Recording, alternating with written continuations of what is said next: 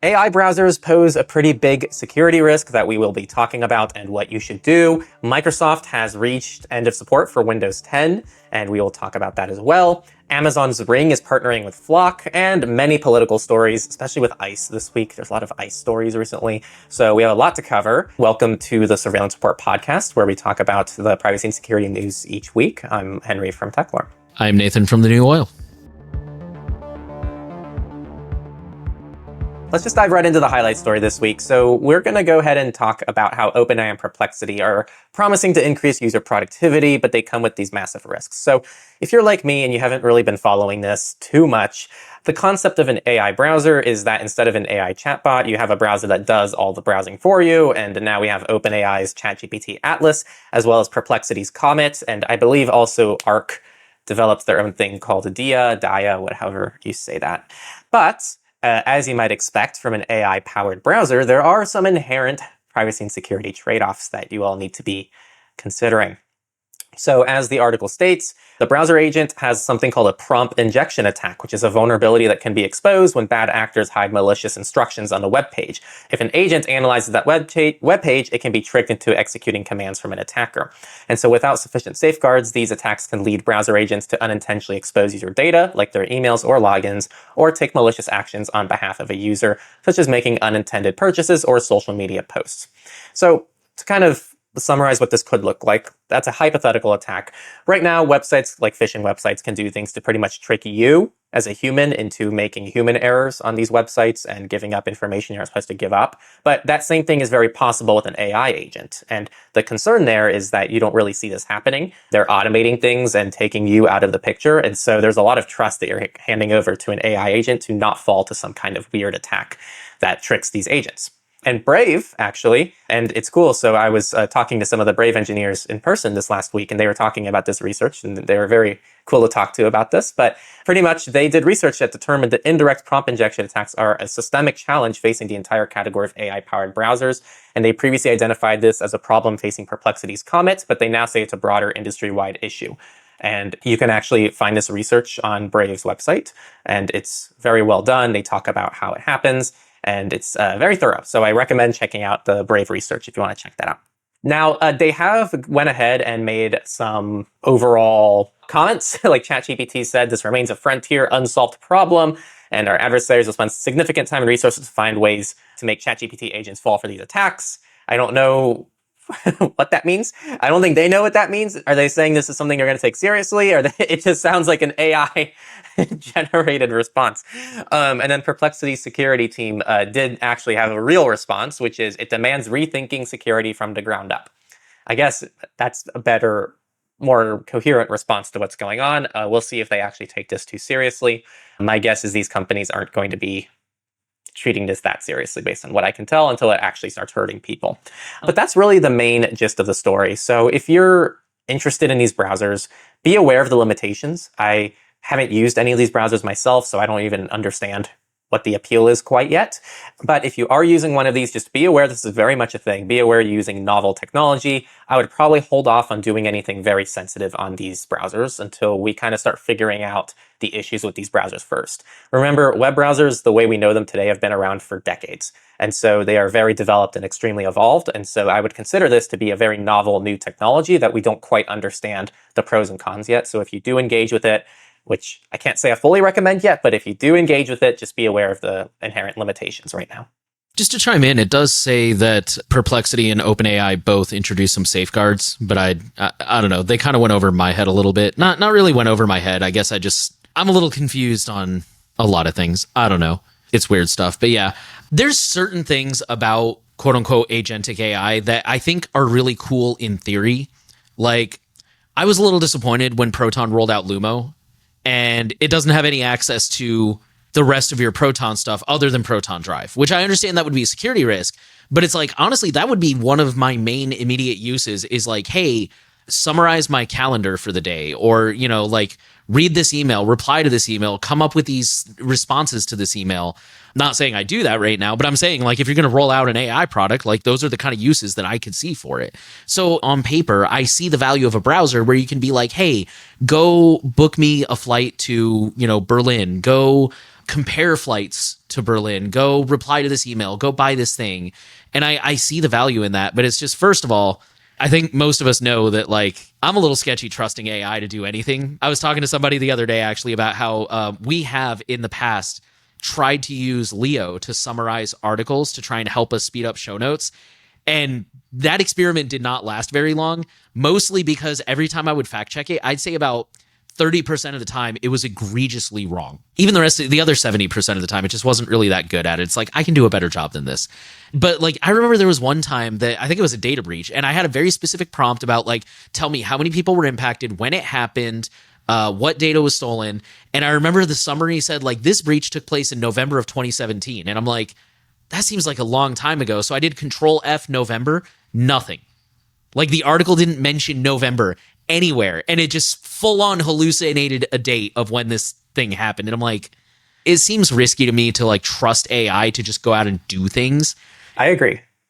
I was gonna say, my wife watches this show called Old Enough, and it's, I guess in Japan, it's really common to have, like, 5-year-olds go to the store and, like, okay, here's money, go buy bread. And this show is hilarious because the camera crews will follow the kids and not interfere at all. So the kids will show up. First of all, it'll take them 20 minutes to get to the store because they keep getting distracted by, like, cats on the street and stuff. And then they get to the store and they come back with, like, a bag of apples and a candy bar. And it's just, it's so funny. And that's what I think of when I think of, like, telling the AI to go out and do stuff. Like, okay, go find me, you know, the best flights to Japan or whatever. And it's like, oh, here's a response to your email. Like, what? I mean, I'm sure it's not that bad, but that's just all I can think of. So I don't know. I think the main reason we wanted to make this the headline story is because these are brand new. And I know for a fact that people are interested in them. I have a buddy who actually mentioned that he downloaded, what was OpenAI's Comet? No, that's Perplexity's. I don't know. I don't care. He downloaded OpenAI's browser and immediately deleted it because apparently it requires payment. And he was like, I'm interested, but I'm not that interested. But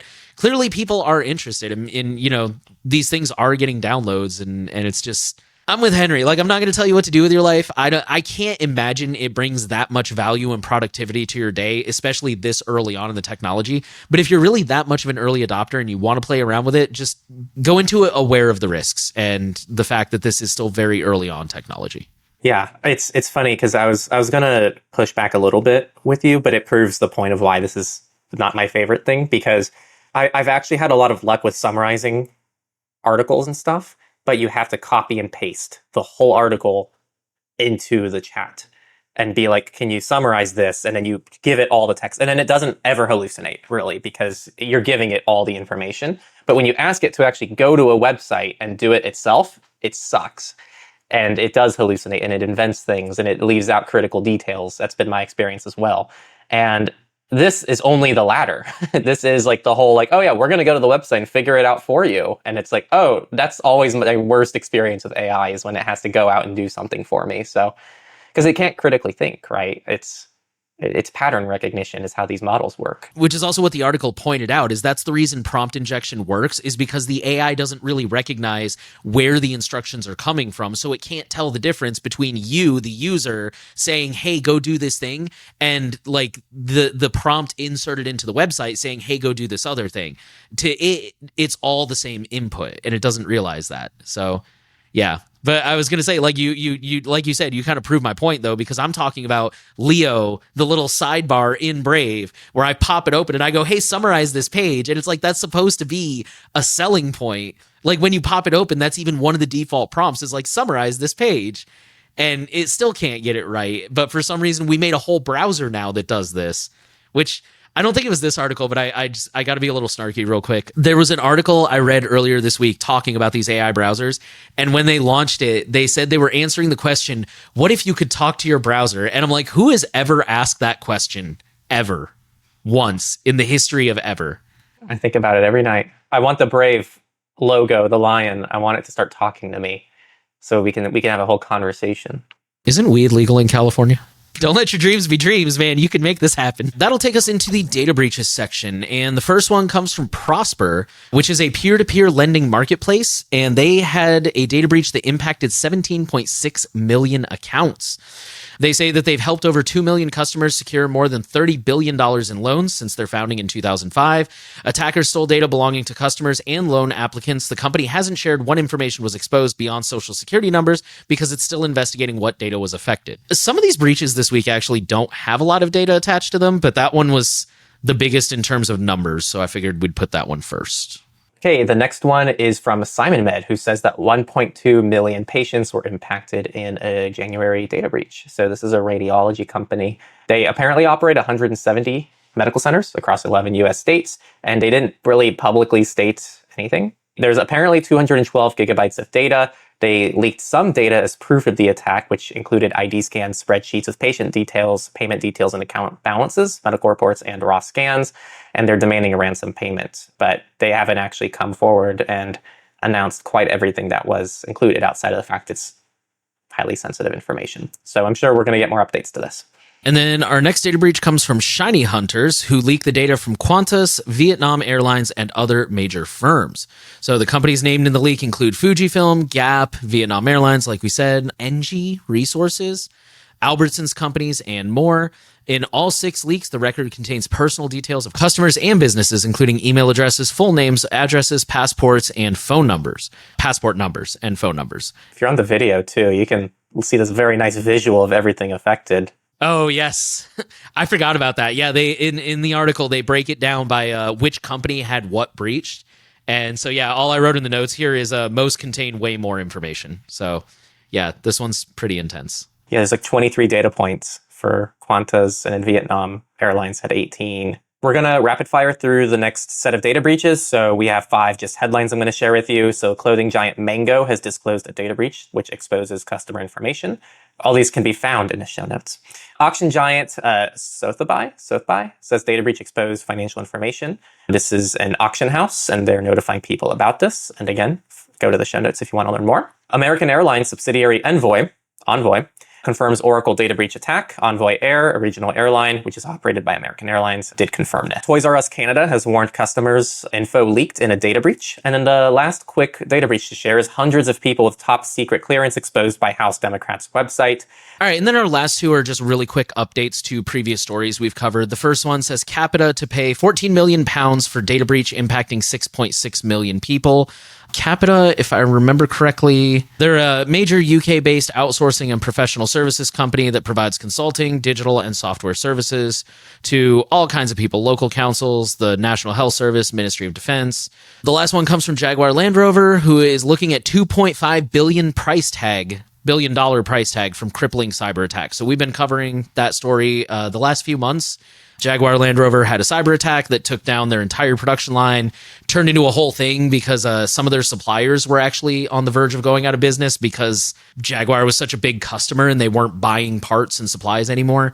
So yeah, it looks like they're starting to come back online. They're starting to recover from this, but they're looking at losing $2.5 billion as a result. This is very quick. We've been covering this a lot on the podcast, and this is the start of the company section. Microsoft has warned that Windows 10 has officially reached end of support today. And, today equals, let me leave reader mode, October 14th. But yes, if you don't want to switch to Windows 11, you can enroll for another year by upgrading in their extended security updates program. But it's available for free to home users who enroll with Microsoft Rewards points or enable Windows Backup to sync their data to the cloud. And of course, in Europe, you can do this for free. Okay, this next story comes from Amazon, where Ring is going to partner with Flock, which is a network of AI cameras used by ICE, feds, and police. So for those who don't know, Flock is most known for their automatic license plate readers. They are very popular. You'll usually find them in like Home Depot parking lots. If you ever see it, looks kind of like a generator with a floodlight on it, but it's a camera at the top. That's usually Flock. They're gaining a lot of attention for working with police and not so much working with police, but not really having proper guardrails and oversight over how police use their software to, make searches that may not necessarily be constitutional. So yeah, you can do plenty of research on that if you want to know more. This article is actually super short, and the majority of it is the context that I just gave.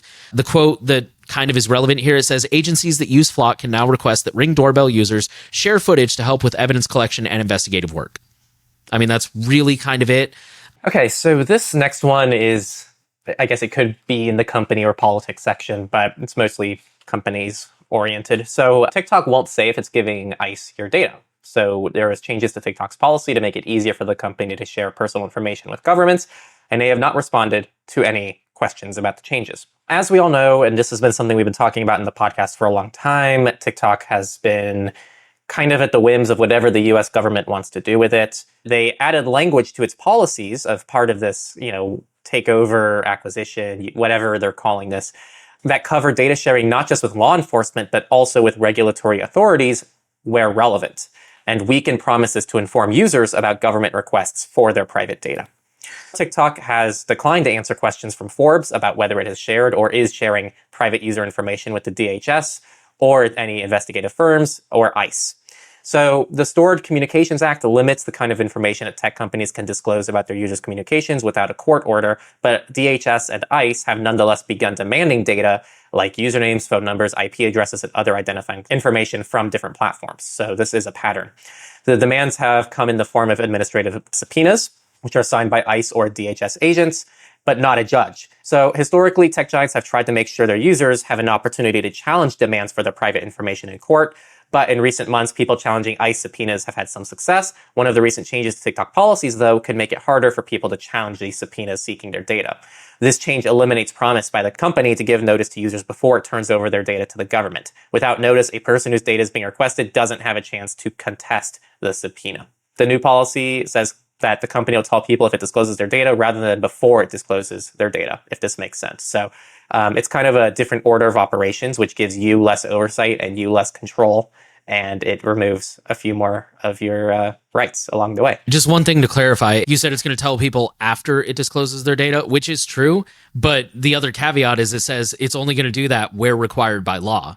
If the law doesn't require them to say, hey, we handed over your data, they're just not going to tell you.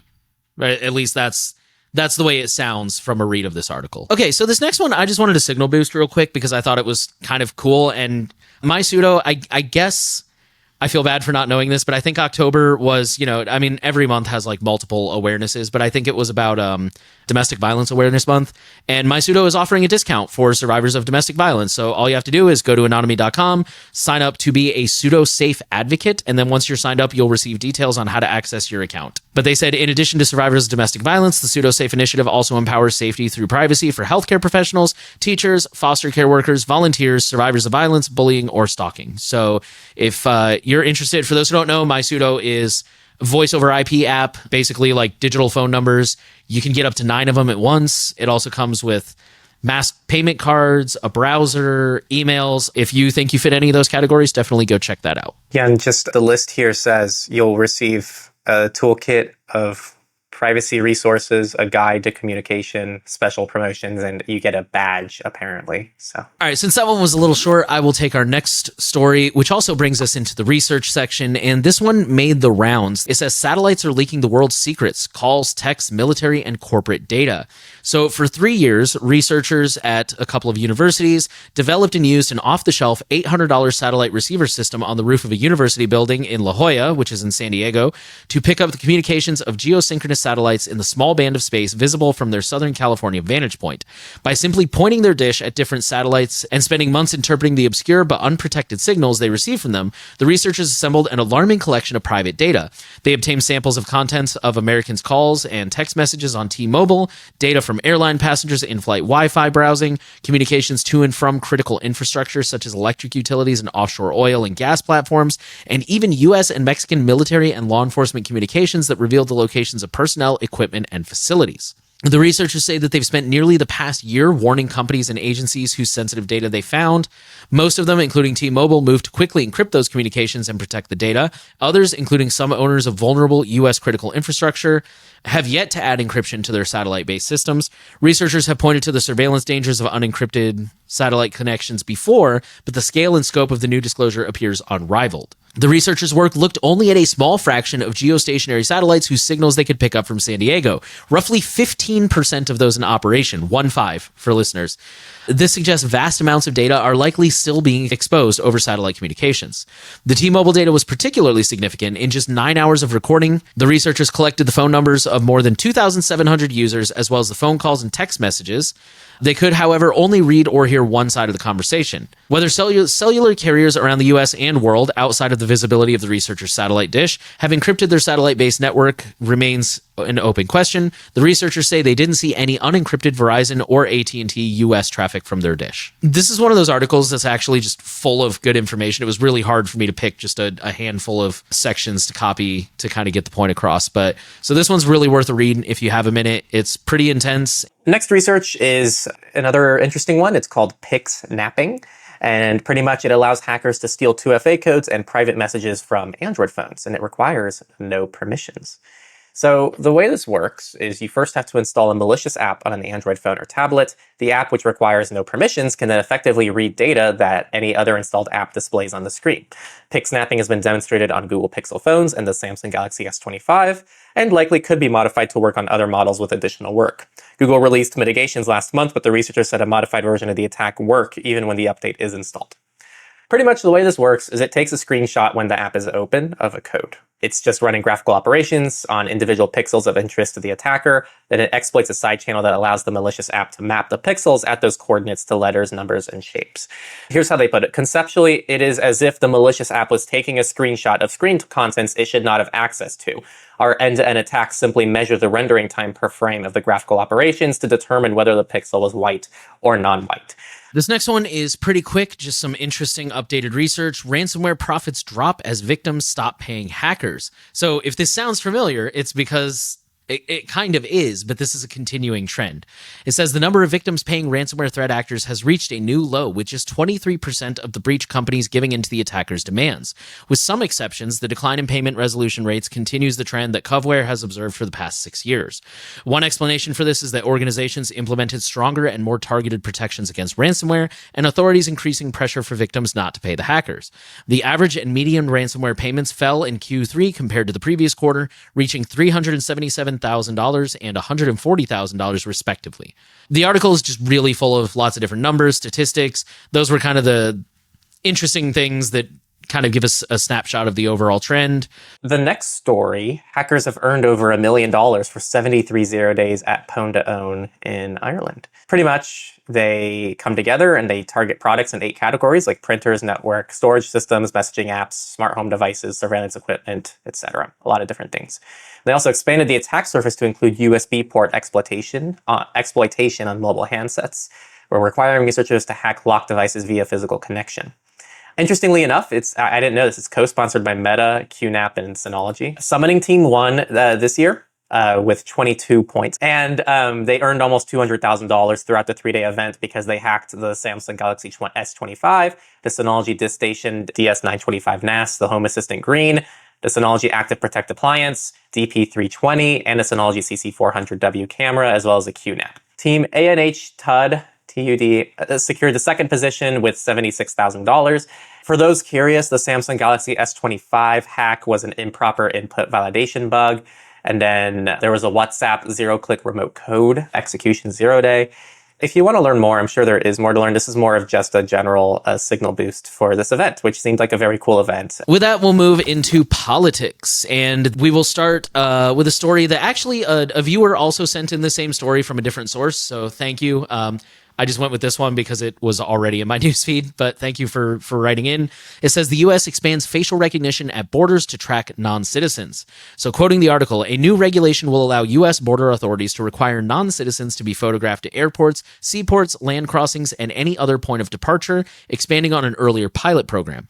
Under the regulations set to take effect on December 26th, so Merry Christmas, U.S. authorities could require the submission of other biometrics such as fingerprints or DNA. It also allows border authorities to use facial recognition for children under the age of 14 and elderly people over 79. I didn't include it in the show notes, but I think I learned this week that actually Europe is doing something similar, unfortunately.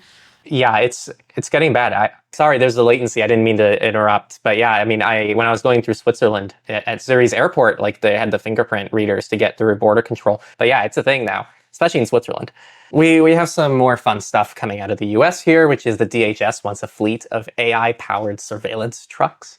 This would turn standard 4x4 trucks into AI-powered watchtowers, combining radar, cameras, and autonomous tracking to extend surveillance on demand. This surfaced Friday after U.S. Customs and Border Protection quietly published a pre-solicitation notice for what it's calling a modular mobile surveillance system, and it includes technical documents, data requirements, and design objectives. They described this as something Border Patrol agents could park their vehicles, raise a telescoping mast, and within minutes start detecting motion several miles away. The system would rely heavily on so-called computer vision, a kind of artificial intelligence that allows machines to interpret visual data frame by frame and detect shapes, heat signatures, and movement patterns. Such algorithms previously deployed for use in war drones are trained on thousands, if not millions, of images to distinguish between people, animals, and vehicles. The data collected by the units will be classified as Controlled Unclassified Information, or CUI, which is a designation introduced in the last decade to replace other labels such as for official use only, referring to information that falls below the threshold for national security classification, but whose dissemination must be tightly controlled. Yeah, I mean, that's mainly it. There's a few more technical details if you want to read more about how this is going to work. Next up, Big Tech sues Texas, says age verification law is, quote, broad censorship regime. This is in reference to Texas recently passed a law that Henry and I talked about the other week that requires Google and Apple to verify users in the App Store to ensure that you're old enough to download certain apps. Rather than, asking the website or the developer to age verify, it puts the onus on Apple and Google, who are pushing back and saying, that's not our responsibility. We shouldn't have to do that because they don't want that data. The lawsuit says the age rating system relies on a, quote, vague and unworkable set of age categories, unquote. The example they use in their lawsuit, they said, none of our laws require businesses to card people before they enter bookstores and shopping malls. The First Amendment prohibits such oppressive laws as much in cyberspace as it does in the physical world. This includes Apple and Google, as well as some other companies. They say that the law would reduce privacy for app users, and they said that they are going to comply, but they're still suing in the meantime. The law takes place January 1st. Utah and Louisiana already have similar laws set to be enforced in May and July. The Texas law is also being challenged in a different lawsuit filed by a student advocacy group and 2 Texas minors. There's not too much to this story, but Experian has been fined $3.2 million for mass collecting personal data. Yes, this is a credit bureau. I thought they were only US-based, but apparently they also are in the Netherlands. Your Experian Netherlands has been fined this $2.7 million. Well, it's actually $3.2 million, 2.7 million euros for breaking the GDPR. They said that a credit and analytics services company used improperly personal data collected from multiple sources, both public and private, and did not inform their customers. That's pretty much it, actually. Until January 1st, Experian provided credit assessments about individuals to its clients. To do this, they collected personal information that included negative payment behavior and everything else that credit card companies have. And yeah, they weren't supposed to do this. It's pretty straightforward. That'll take us into the free and open source software news. And this next one I personally think is really exciting. It says import directly into Bitwarden from Microsoft Edge. But it's not just Edge. Quoting the article, Bitwarden now supports importing directly from many popular browsers into the Bitwarden Vault, simplifying the process and removing the chance of accidentally leaving any unencrypted files exports behind. So it used to be in the past, and Bitwarden has instructions on how to do this, but is also, in addition to the security risk, it was just a little bit clunky, especially when you're trying to make it really user-friendly and trying to convince people to switch. But in the past, basically, you had to download your passwords from the browser and then import them into Bitwarden.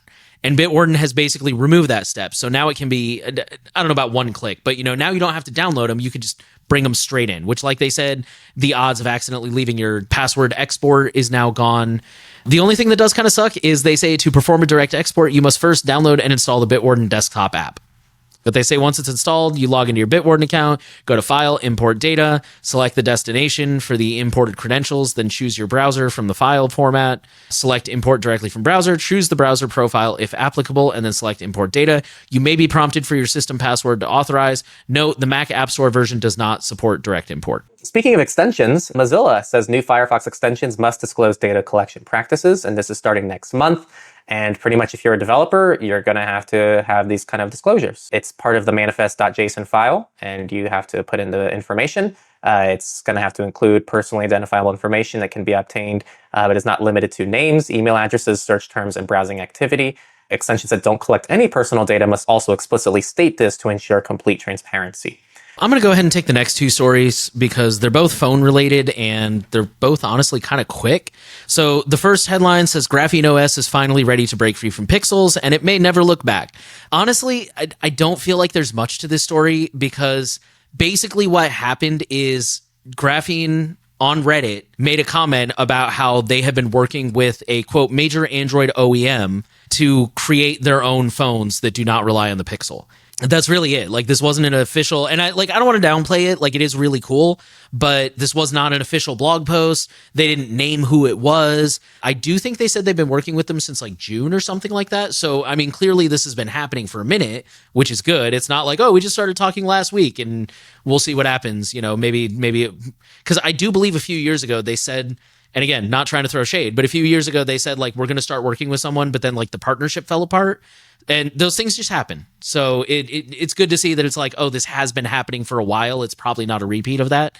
But again, there's just not a lot of details. We know they're going to be Snapdragon powered. They said that they are going to support the Pixel 10, but they don't know if they're going to support the Pixel 11. I assume that's depending on how this partnership goes, how the state of Android goes, all that kind of fun stuff. And they said that the price range will be about the same as a Pixel. All right, and then the other phone announcement comes from the Free Software Foundation, who has announced the LibraPhone project. Okay, so unfortunately, this is not as cool as it sounds. Unfortunately, it seems like it's basically they want to reverse engineer Android and make it like fully floss in the fully technical sense. So I'm going to go ahead and quote the article. LibraPhone aims to close the last gaps between existing distributions of the Android operating system and software freedom. The FSF has hired experienced developer Rob Savoy, who worked on Deja GNU, OpenStreetMap, and others, to lead the technical project. He is currently investigating the state of device firmware and binary blobs and other mobile phone freedom projects, prioritizing the free software work done by the not entirely free software mobile platform operating system Lineage OS. This is very short. I'll keep it quick. Tuda and Entei have a partnership now. So if you're a paying Tuda customer, you can get a 25% discount for the first year on Entei. That's it. They're like buddies. And I think Notesnook had something like this. I don't know if you got that. Let me see. Yeah, so we covered a similar story, but Kaji and, yeah, you're right, Tuda? Or no, Entei. Maybe it's Kaji and Entei teamed up. I'm getting confused with all these collaborations. I think they're good, but I'm just getting confused, and it's been a lot. But Notesnook and Kaji have partnered, and so if you're a Notesnook user, you now get 3 months free of the Kaji Pro plan. And Kaji users can now enjoy a 10% recurring discount on the Notesnook Pro yearly plan. So there's another partnership. It was Kaji and Entei, yes. Okay, cool. And that'll take us into the Misfits section, and we just have a couple that we want to kind of signal boost a little bit. So the first one says DNS0.eu private DNS service shuts down over sustainability issues. This was a nonprofit public DNS service focused on European users, and they announced their immediate shutdown due to time and resource constraints. They were based in France, and they were built as a resilient infrastructure across several hosting providers in every member state of the EU. The team thanked infrastructure and security partners and recommended that people switch to DNS4EU or NextDNS, whose founders also helped create DNS0.eu. Okay, this is very quick. I've never heard of this before, and it says this privacy browser has dangerous hidden features. It's the Universe browser? It's very specific to Southeast Asia, I think they said in the article. Okay, that would make more sense then. Okay, so yeah, this if you've heard of this browser, then you know about it. But its online advertisement claim it's the fastest browser, that people will be using it to avoid privacy leaks, and that the software keeps you from danger. All these claims, but it's everything likely isn't as it seems. This is linked to Chinese online gambling websites and is thought to have been downloaded millions of times, and it actually routes all internet traffic through servers in China and covertly installs several programs that run silently in the background. So they say it has hidden elements, which include malware, like keylogging, surreptitious connections, and changing of devices and network connections. With all of that said, we want to thank you all for listening to the Surveillance Report. Of course, you can find the stories and the show notes all down in a description. And if you have any story you want to share with us, you can always email us the story. And the final thing we want to ask you to do is to leave a review, share the podcast around with anybody you know. And yeah, we really appreciate your guys' support. And we will see you all soon in the next episode. Thank you for watching.